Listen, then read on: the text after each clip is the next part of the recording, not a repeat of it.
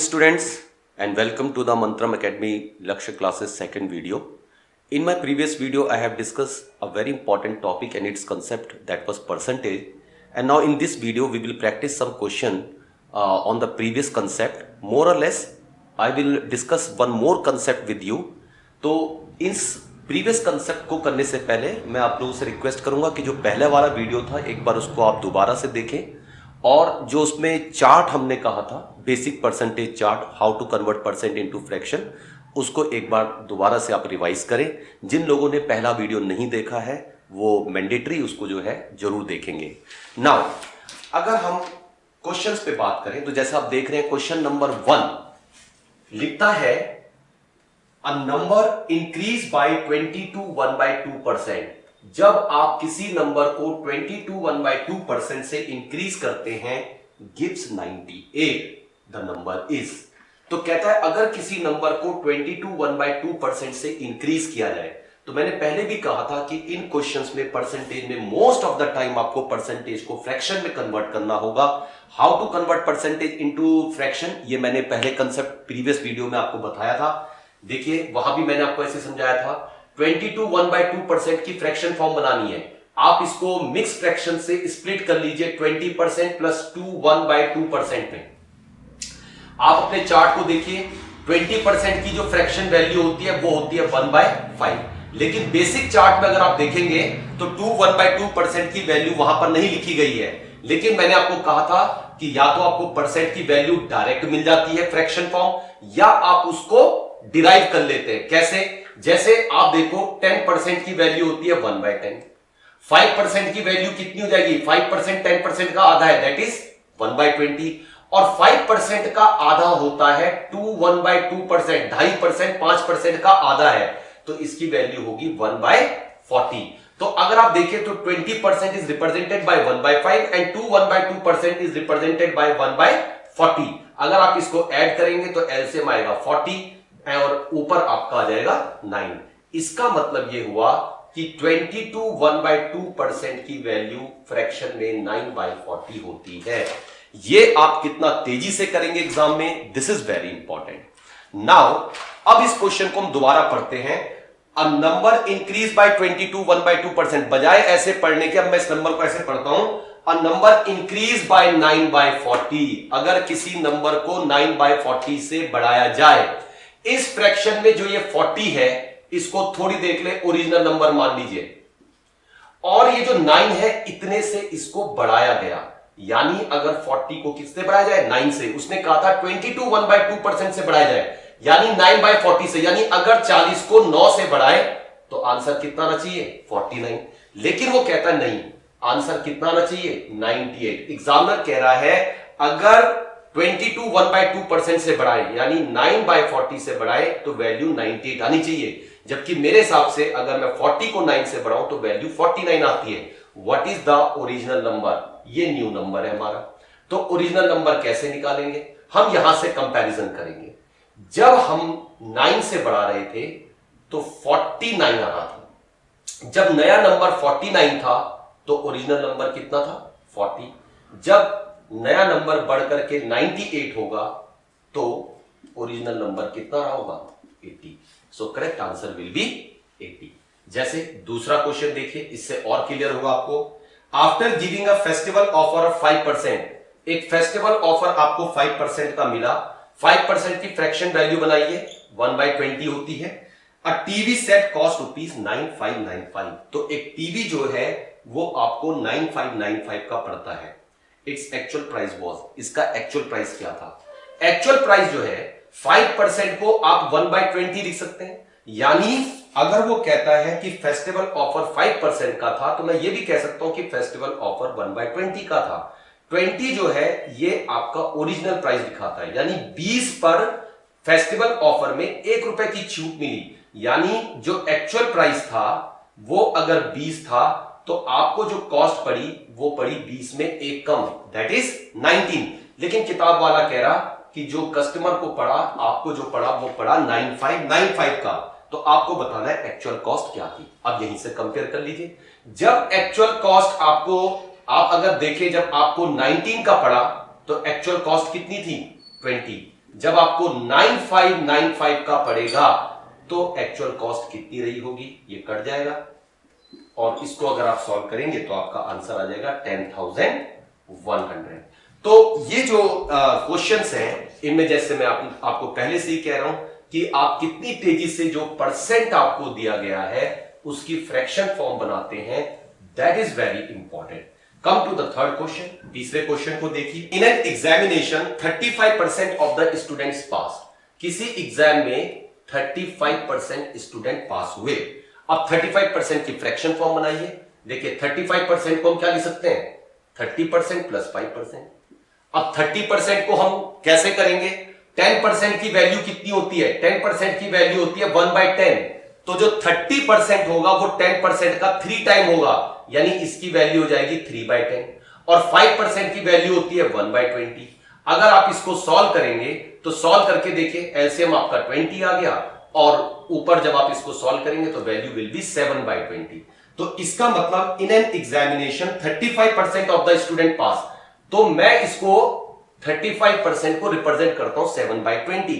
इसका मतलब अब मैं इसको कैसे पढ़ता हूं, इन एन एग्जामिनेशन 7/20 स्टूडेंट पास, यानी अगर टोटल स्टूडेंट 20 है, 20 ओरिजिनल नंबर या टोटल को रिप्रेजेंट करता है जो नीचे वाला नंबर है, और 20 में से कितने बच्चे पास हुए, 7, तो नेचुरल सी बात है 13 बच्चे क्या हो गए, फेल हो गए। आपका एग्जामिनर क्या बोलता है, वो कहता है इन an examination 35% of the student pass and 455 fail. Examiner के हिसाब से 455 बच्चे फेल हुए, जबकि मेरे हिसाब से 13। इस चार्ट के हिसाब से 20 बच्चे टोटल थे, 7 पास हुए और 13 फेल। तो पूछता है how many student appear for the examination. आपको क्या दे रखे, फेल बच्चे दे रखे। अब देखिए टोटल स्टूडेंट्स कैसे निकलेंगे, जब 13 बच्चे फेल हुए तो टोटल स्टूडेंट्स कितने थे, 20। ये कंपैरिजन करना आना चाहिए मैथ्स में आपको। जब 13 बच्चे फेल होते हैं तो टोटल स्टूडेंट थे 20। जब 455 फेल होंगे तो टोटल बच्चे कितने रहे होंगे, 13 3 जा 39, 65, 13 5 जा तो 35, दैट इज इक्वल टू 700। यानी जो टोटल बच्चा था वो 700 रहा होगा। नेक्स्ट क्वेश्चन देखिए, फोर्थ क्वेश्चन। आई होप आप लोग समझ रहे होंगे। अ person who spend 66 2/3% of his income, एक आदमी अपनी इनकम का 66 2/3% खर्च करता है। अगेन इसकी फ्रैक्शन फॉर्म बनाइए। फ्रैक्शन फॉर्म कैसे बनेगी, अब आप देखिए अपने चार्ट में 33 1/3%, इसकी वैल्यू जो होती है वो होती है 1/3। और अगर आप इसको और इसको ऑब्जर्व करेंगे तो ये जो वैल्यू है वो इस वाली वैल्यू का 2 टाइम्स है। 33 2 जा 66, 1/3 का डबल करोगे तो 2/3। इसका मतलब 66 2/3 इज डबल ऑफ 33 1/3। तो अगर 33 1/3 की वैल्यू 1/3 है तो नेचुरल सी बात है इसकी वैल्यू इस वैल्यू का डबल होनी चाहिए। तो 1/3 का डबल होता है 2/3। अब इस क्वेश्चन को आप ऐसे पढ़ लें कि अ person who spends 2/3 of his salary, यानी अगर उसकी टोटल, मैंने कहा ये 3 किसको दिखाता है, ओरिजिनल नंबर, टोटल। अगर टोटल सैलरी उसकी 3 रुपए है या ₹3 है तो वो 2 रुपीज का एक्सपेंसेस करता है। इसका मतलब 1 रुपी वो क्या कर रहा होगा, सेव कर रहा होगा। आगे वो लिखता है a person who spend 66 2/3% of his income is able to save ₹1200 per month. Examiner लिख रहा है कि नहीं, वो 1200 रुपए बचाता है, 1200। तो आपको बताना है उसके एक्सपेंसेस क्या है। अब आपको एक्सपेंसेस निकालने, कोई बात नहीं, आपको सेविंग दी है, अब निकालने क्या है, एक्सपेंसेस। इस बार कंपैरिजन इन दो वैल्यूज के बीच में है। तो जब सेविंग 1 रुपए थी तब एक्सपेंसेस कितने थे, 2। जब सेविंग 1200 की होगी तो एक्सपेंसेस कितने हो जाएंगे, 2400। So correct answer is 2400। Next question पे चलते हैं। आई होप आप लोग इसको समझ रहे होंगे। नेक्स्ट क्वेश्चन को अगर आप देखेंगे तो ये क्वेश्चन बहुत कॉमन एग्जाम में आता है। ओके बच्चों, अब देखिए क्वेश्चन नंबर 5 लिखता है a student has to obtain 33% of the total marks to pass। 33% of the total marks to pass का मतलब है 33 out of 100 marks to pass। इसका मतलब यह है कि अगर टोटल मार्क्स 100 हो जाए तो 100 में से उसको पास होने के लिए कितना चाहिए, 33। ये फ्रैक्शन आपकी पूरी स्टोरी है क्वेश्चन की। यानी अगर टोटल मार्क्स 100 है तो 100 में से पास होने के लिए उसको 33 मार्क्स चाहिए। ही गॉट 125 मार्क्स, लेकिन हुआ क्या, इस बच्चे को 125 मार्क्स मिले एंड फेल्ड बाय 40 मार्क्स, और ये 40 मार्क्स से फेल हो गया। यानी अगर इसको पास होना है तो इसको जो है 125 मार्क्स में 40 मार्क्स और चाहिए। दैट मींस पासिंग मार्क्स कितने रहे होंगे, 165। वो पूछ रहा है maximum marks are, maximum marks मतलब टोटल मार्क्स। तो अब यहां से मैंने कहा था, यहां से आपकी स्टोरी कंप्लीट होगी। आप देखिए इस फ्रैक्शन के हिसाब से पास होने के लिए जब टोटल मार्क्स 100 थे तो पासिंग मार्क्स कितने थे, 33। तो हम क्या निकालेंगे टोटल मार्क्स, कि जब पासिंग मार्क्स 33 थे तो टोटल मार्क्स कितने थे, 100।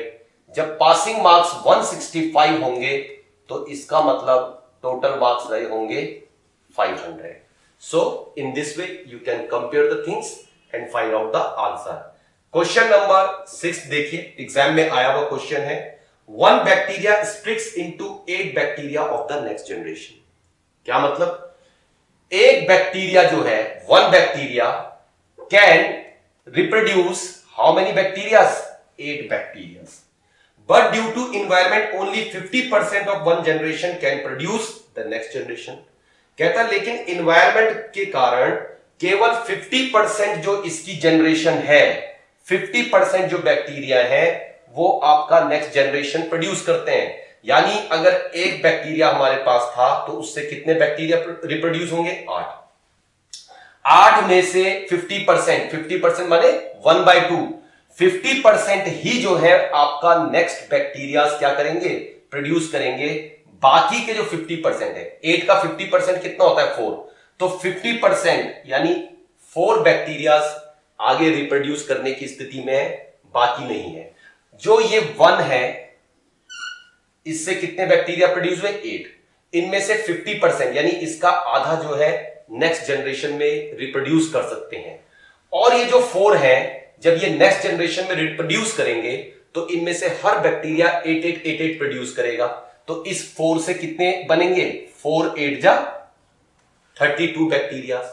इस 32 में से भी फिर क्या हो जाएगा, 16 तो रिप्रोड्यूस करने की स्थिति में नहीं होंगे। नेक्स्ट 16 जो होंगे 50%, उसने कहा था ना 50%, तो इसका जो 50% है वो 16 हुआ। ये 16 जो है रिप्रोड्यूस करेंगे और फिर ये 16 भी 8 टाइम्स, तो ये कितना हो जाएगा, 128। इस तरीके से ये प्रोसेस आपका चलेगा। तो वो कह रहा है कि आप ये बताइए, if the 7th generation is 12288, अगर 7th जनरेशन में 12288 मिलियन बैक्टीरिया हैं तो फर्स्ट जनरेशन में कितने बैक्टीरिया थे। अब आप देखिए, यहां से देखिए, पहले कितने बैक्टीरिया थे, 1 में से 4 तो आपके खत्म हो गए, बचे कितने, 4। उसके बाद नेक्स्ट जनरेशन आई, उसमें 32 प्रोड्यूस हुए थे, लेकिन 16 तो आपके डेथ कर गए या 16 तो इन्वायरमेंट में खत्म हो गए, बचे कितने, 16। इस तरीके से आपकी जनरेशन आगे चल रही है। अगर आप इसको देखेंगे तो ये एक सीक्वेंस बन रही है जिसमें 1 into 4, 4 into 4 into 4 की सीक्वेंस बन रही है। 1 4 16, तो नेक्स्ट आएगा 16 4 जा 64, उसका नेक्स्ट 64 into 4 दैट इज 256। कौन सी जनरेशन हो गई, 1 2 3 4 5। उसका नेक्स्ट जनरेशन में 256 into 4 दैट विल बी 1024। फिर उसका नेक्स्ट जनरेशन में 1024 into 4 that will be equal to 4096। कौन सी जनरेशन है, 1 2 3 4 5 6 7। यानी अगर एक बैक्टीरिया से शुरू करेंगे तो 7th जनरेशन में हमारे पास 4096 बैक्टीरिया होने चाहिए, लेकिन वो कहता है कि नहीं, 7th जनरेशन में 12288 बैक्टीरिया हैं, 12288 मिलियन बैक्टीरिया। तो शुरू में कितने थे, नाउ अगेन यहां से कंपेयर कीजिए। अगर हमने शुरू में 1 माना तो 7th जनरेशन में कितने थे, 4096। तो जब आपका 4096 7th जनरेशन में आता है तो इनिशियली कितने बैक्टीरिया थे, 1। तो जब 12288 88 होगा तो इसको आप सॉल्व करेंगे तो 3 मिलियन, यानी इनिशियली कितने बैक्टीरिया रहे होंगे, 3 मिलियन बैक्टीरिया रहे होंगे। तो इस तरह से आप जो है क्वेश्चंस को अप्रोच करने की कोशिश करेंगे।